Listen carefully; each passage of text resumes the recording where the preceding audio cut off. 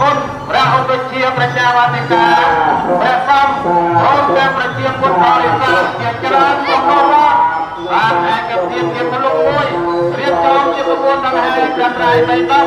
ដង្ហែព្រះពុទ្ធរូបដង្ហែត្រៃជីវរគ្រប់បែបមកយ៉ាងទាំងអស់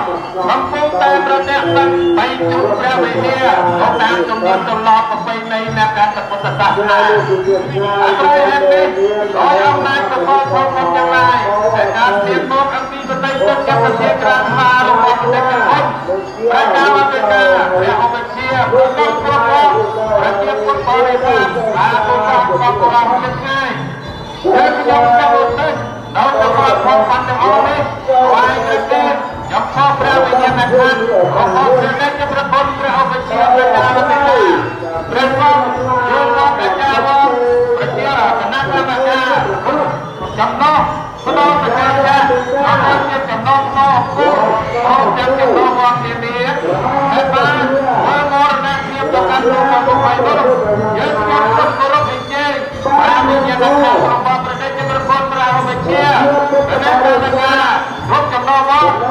ព្រះបានទទួលនៅប្រសាទផងបាត់នេះមួយចំណែកក៏បន្តដែរ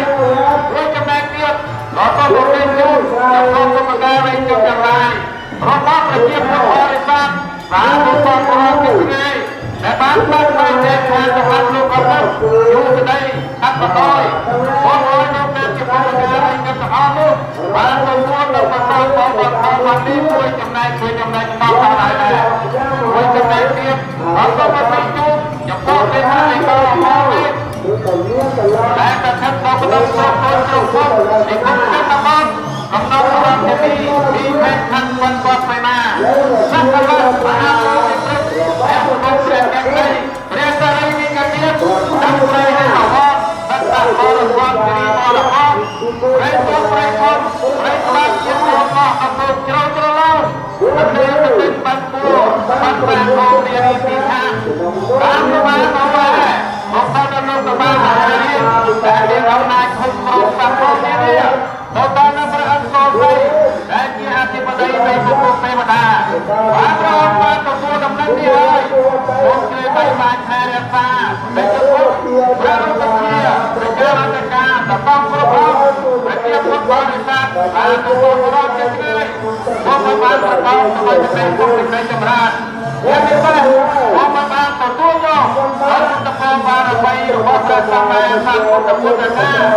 គឺអាយុវណ្ណៈសុខៈបលៈបានមកយកដោយសម្បត្តិទាំងឡាយបី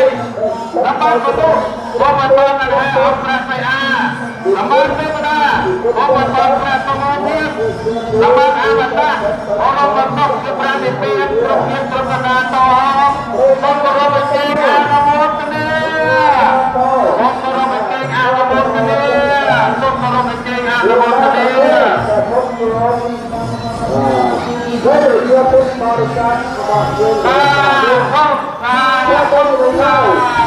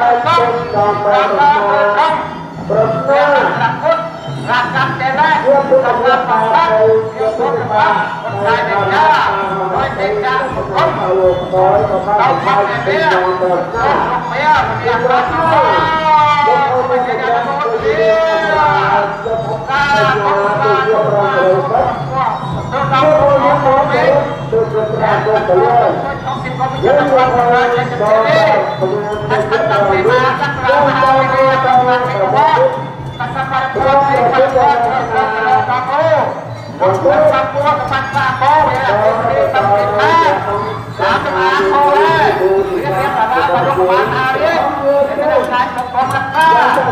lỡ những video hấp dẫn. เราเปิดแนวทางให้เป็นต่อให้อยากจะมาเน้นใจเทวดาตะโกนเราเปิดแทนข้าตาเตี้ยเจ้า